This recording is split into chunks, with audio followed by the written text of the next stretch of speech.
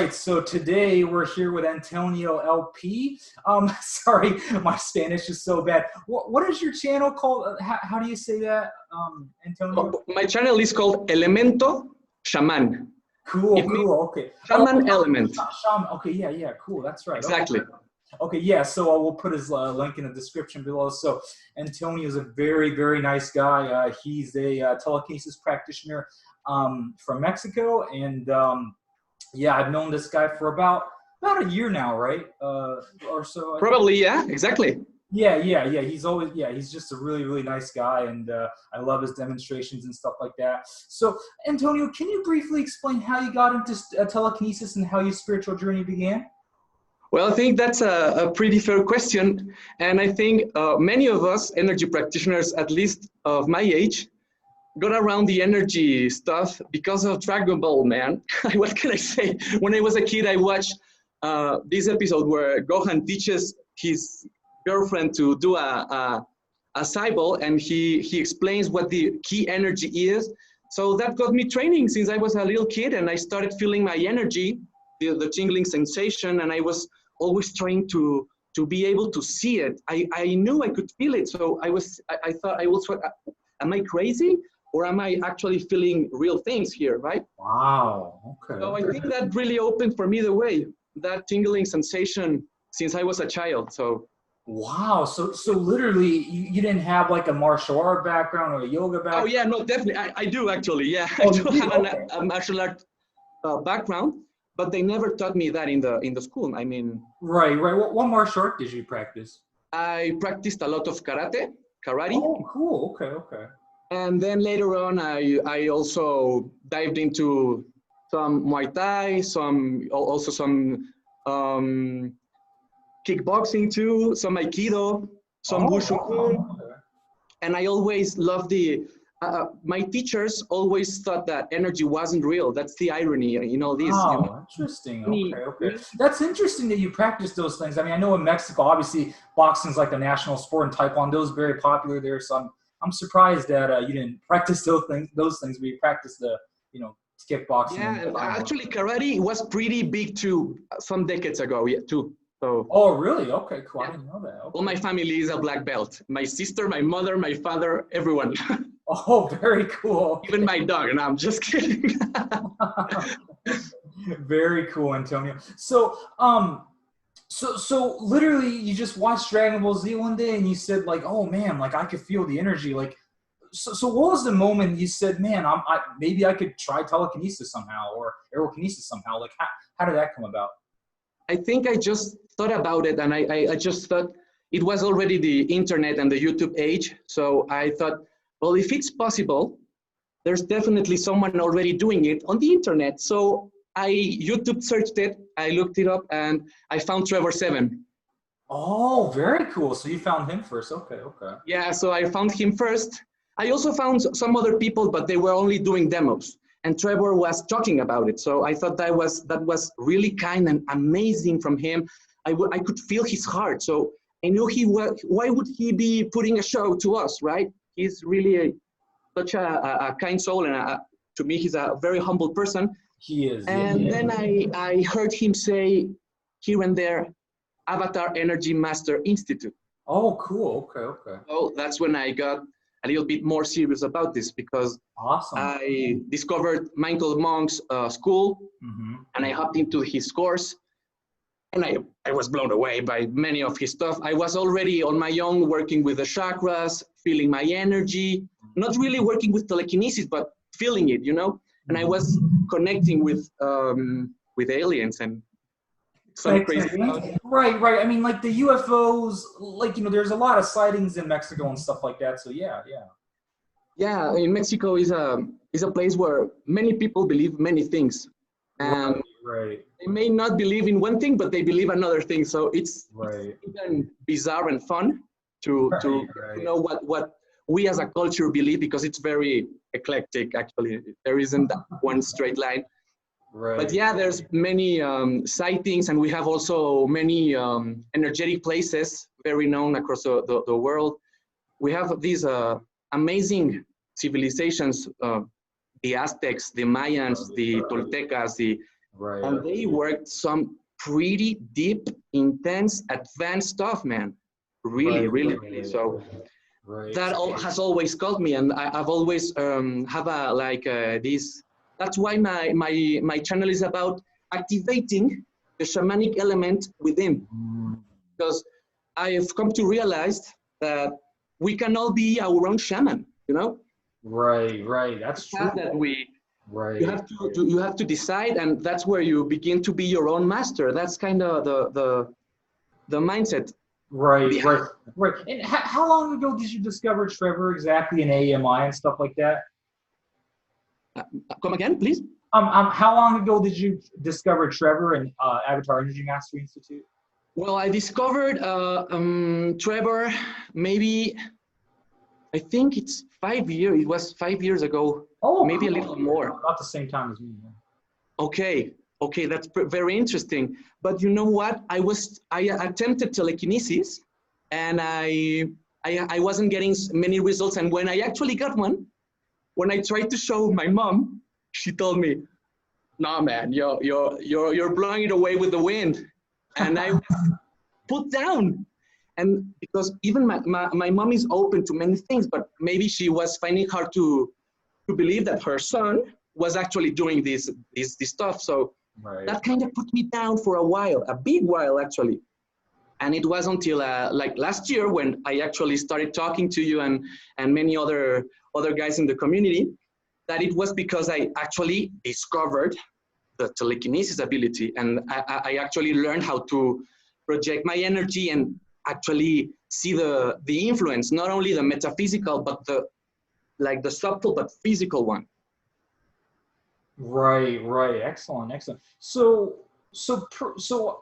you kind of discovered Trevor and stuff like that 5 years ago, but you sound like you became really, really serious about a year ago in practicing and stuff like that. How many hours do you currently train right now? Well, I can't really say how many hours because I do it all the time. Oh, cool. Okay. I'm always doing cycles. I'm always like playing with the leaves. I'm always feeling the wind. I'm always trying to connect with someone. I'm always like feeling my energy on my arms. It's like a permanent practice for me. I just took it as a part of me. It's always in me. Cool. Okay, so you're always that is awesome. So what do you typically do? You said that you do the cycle and stuff like that, but like when you actually do practice kinetic abilities, do you do mostly Aerokinesis, or do you train with a psi wheel? I saw your video moving a cup and stuff like that. Like, what exactly do you mainly do? Well, actually, the cup helped me a lot. Before I got to spin a psi wheel, I got to make that cup spin or roll. It was very hard for me to get the spinner to spin.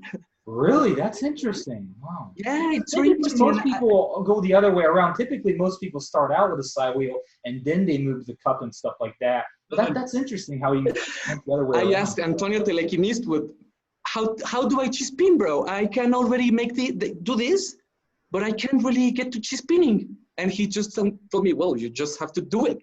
Don't try, just do it, Oh, Anthony told you that? Yeah, exactly. No. Yeah, he is very... And that worked, that really worked. It was just a matter of patience and of getting to feel the field around the stuff and just let it go. And later on, I built this little device, actually also with a polystyrene cup. And this is a great cheese spinner, man.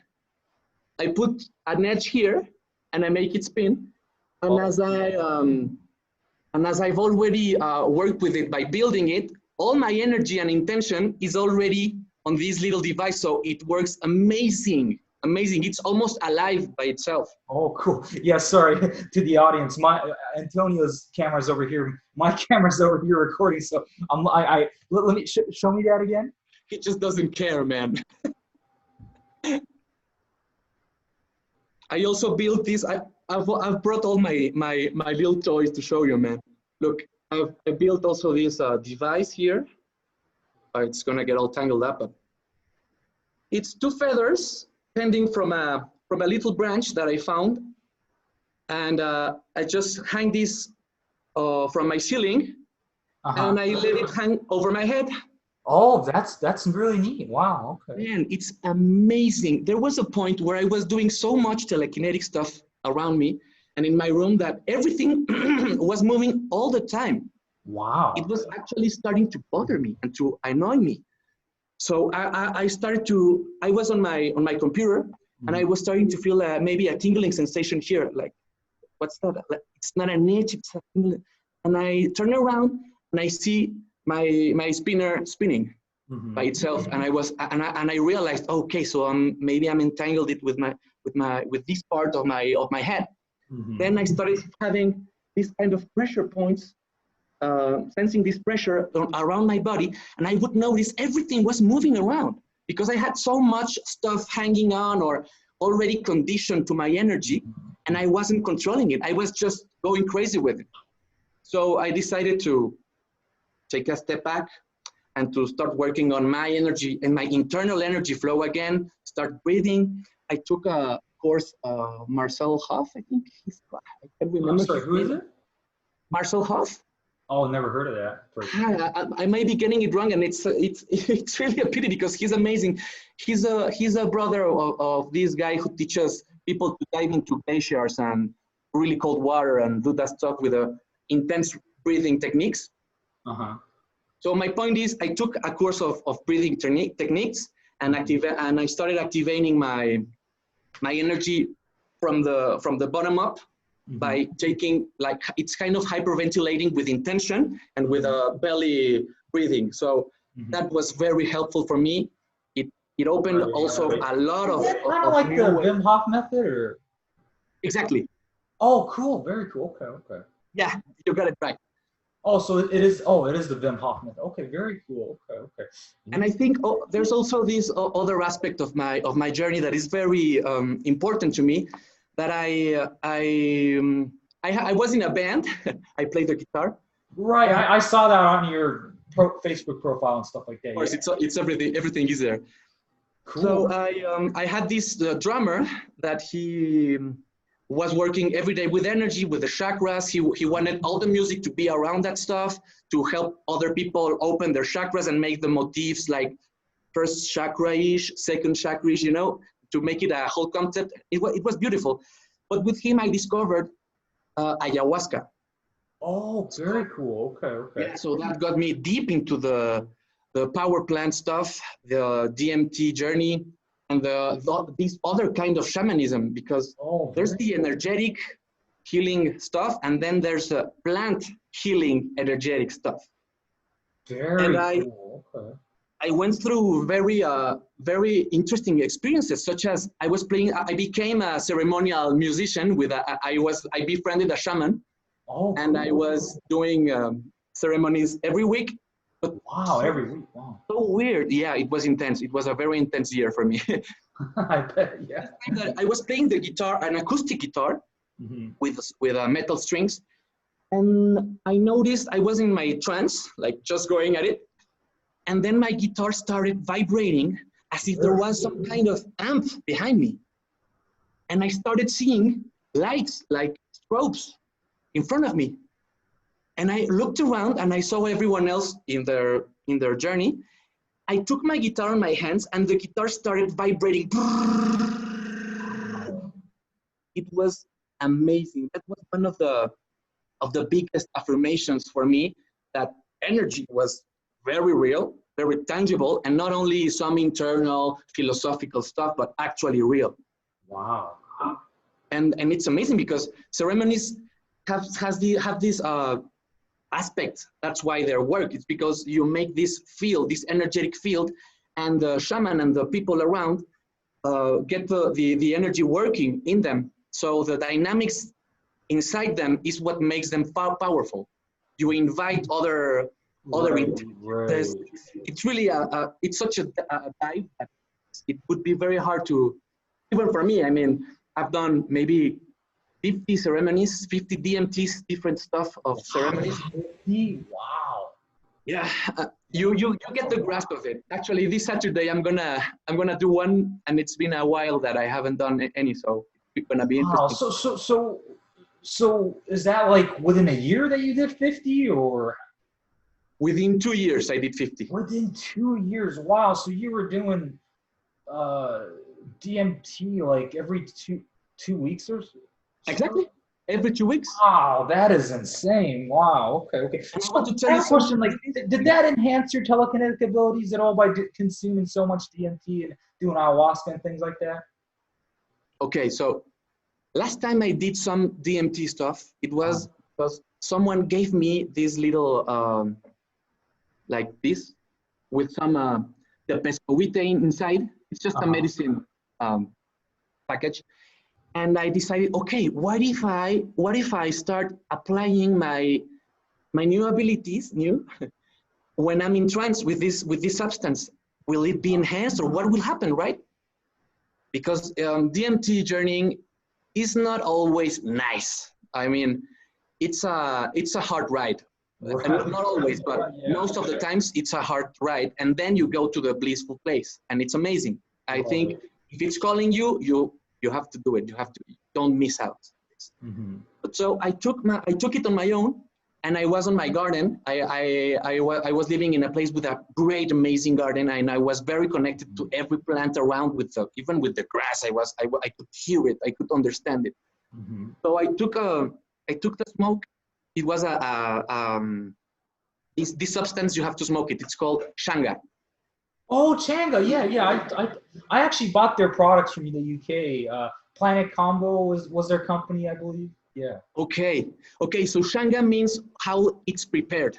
Oh, cool. Okay. It has a DMT component with some other stuff that helps the DMT heal also, and not only trip. And it helps the DMT actually be processed by your organism. Because if you don't have some other thing to like help it, it will just break inside you and you won't have any effect. Oh, interesting. So you have to take the Changa thing in conjunction with DMT in order for it to, the Shanga is already the preparation with DMT stuff and the other thing. That's Shanga. Cool. Okay. Exactly, and it's when you smoke it, it's called Shanga. If not, it's mostly called ayahuasca. Mostly, it's also called yague. It has many names. It depends on where it comes from. So I took it, and I was on my garden, and I tried to do some biokinesis. And I was. I'm so sorry to cut you off, but when you say biokinesis, like it's like. You're right. I have to be very, very clear about this. You're very right.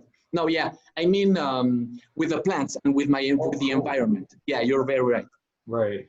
I tried to connect with one of my plants, and I was just starting to feel this. When you do DMT, I don't want to spoil it for anyone, but it's very related to the sensation of dying, of death. So you go there. I mean, it's like and you have to learn how to shift the perceptions, how to process it, how to take it in, how to let go. It's a process. I mean, but you go there. You go to that field of death and life and everything around you, and what you are really aware of and what you are not that aware of, and then there's new information coming in. So it really gets you, depending on what your intentions are, what's the pace you're in when you do it, what is around you. Everything makes a difference in the experience, and that's what it's teaching you. You are living this experience. It's not only smoking; it's the experience, and you won't get away from it. It's this. You are here, right? At least now.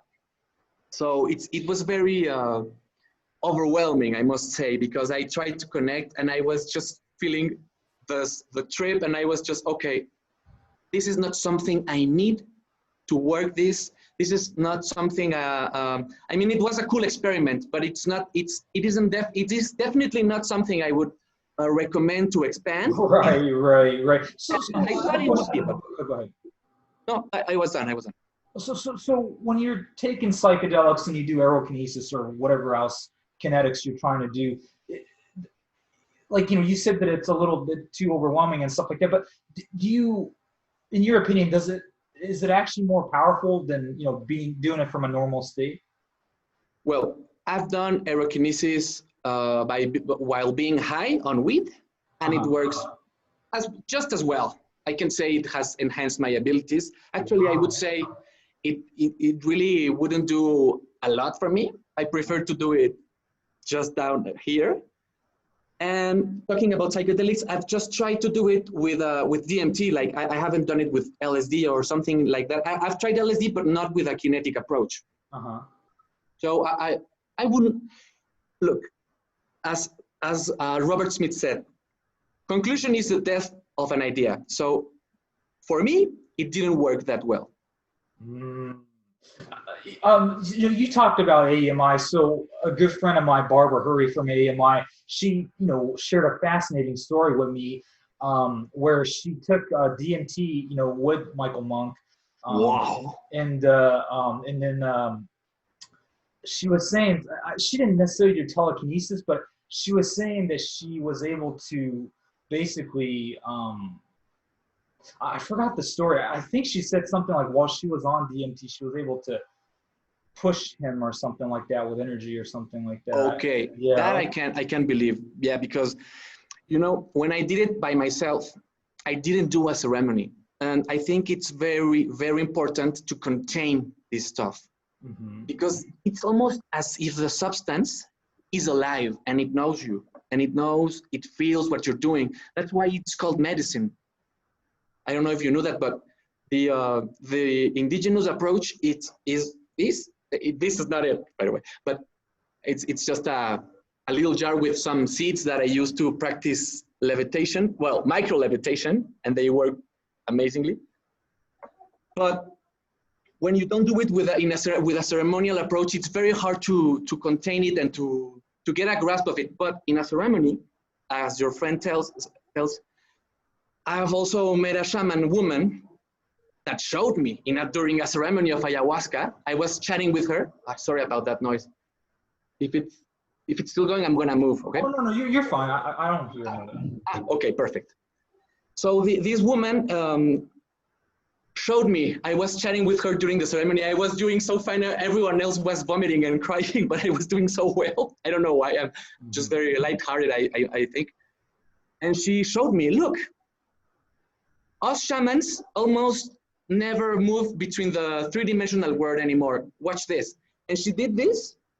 There was this guy in front of us, like a couple of feet across us. And there was this guy like this, like just having a really bad time. And she told me, look, watch. And she did this. And it was as if she was tingling this guy from his back. And she was like, and he threw up. And it was funny, but it was amazing. I mean, she was inside this guy, and she helped him vomit, and she helped him restore all his emotional stuff when she was talking with me. Wow. So yeah, so that's why I understood the shamanic approach as this understanding of reality, that we are our minds, but there's also this big matrix around, and it's kind of an interface. And us kinetics and healers and all these people that have discovered the energy are actually learning to harness this interface, and actually are realizing this relation between our neurofield and the matrix field. And when you realize that it's your perception of it and your interpretation, and you can actually train to get rid of that perception, and you can actually start to proactively build reality, that's when really cool things start to happen in your life. Wow, awesome. Okay, you cut out for a second there while you're describing the shaman lady story. Oh, so, okay. So essentially, this lady sort of teleported, not teleported, but astral projected while she was on ayahuasca, or they were on ayahuasca together. And man, helping vomit. Am I correct on that, or? Kind of. But speaking of teleportation, I met this other shaman. I'm very sure he teleported, bro. I mean, I know it's just my word for it, but I mean, he was here, and then I blinked, and he was there. And then I blinked, and he was sitting beside me, talking. Wait a second. This is while you're on ayahuasca, or this is like in real life? This is in another ayahuasca session. Oh, okay. Yeah, I know how it sounds, but this guy is amazing, amazing. He's a really elder shaman from Peru. He's really known across this ayahuasca community, which, by the way, I'm not really a part of. I've just dive deep in it, but I'm not a part of it. And well, just to go back real quick with the woman stuff, she didn't teleport, but she did actual biokinesis to this guy and helped him vomit from a distance. Wow, that was amazing. And she told me, this is just something I'm showing you because I'm doing so many other things in other planes right now, no? And I was just, maybe. Cool, cool. So Antonio, what is your ultimate goal in this spiritual quest that you're on right now? Do you want to get to the point where, you know, maybe you can, like you said, you know, teleport and stuff like that? What is your ultimate goal that you want to achieve? Well, I think it's kind of a different aspect of goals.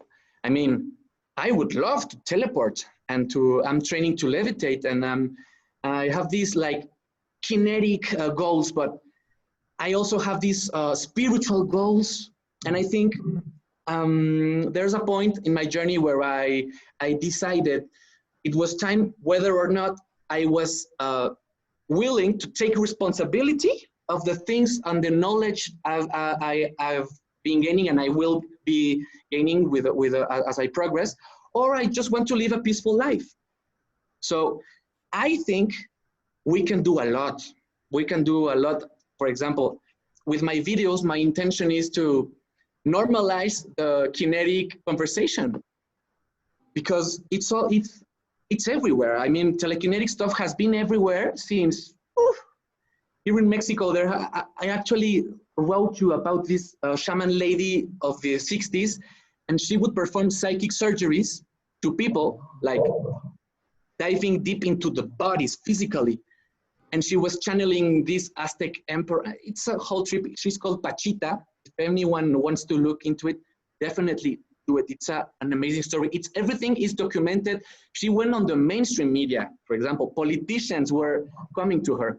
So my point is, I think we can normalize this conversation, because if many people know about this, there won't be any stopping us, you know, even if they have everything you believe in.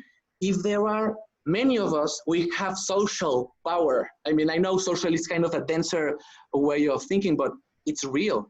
And it's very powerful because that's how the system operates and oppresses the stuff. So, and my goal would be to help the planet eventually. That is awesome. If we're conscious about it, we can help other people get conscious easily. So easier. I want to make it easier for people to be conscious. That is I know awesome. It's crazy. You have to be crazy to take the leap and to blah, blah, blah.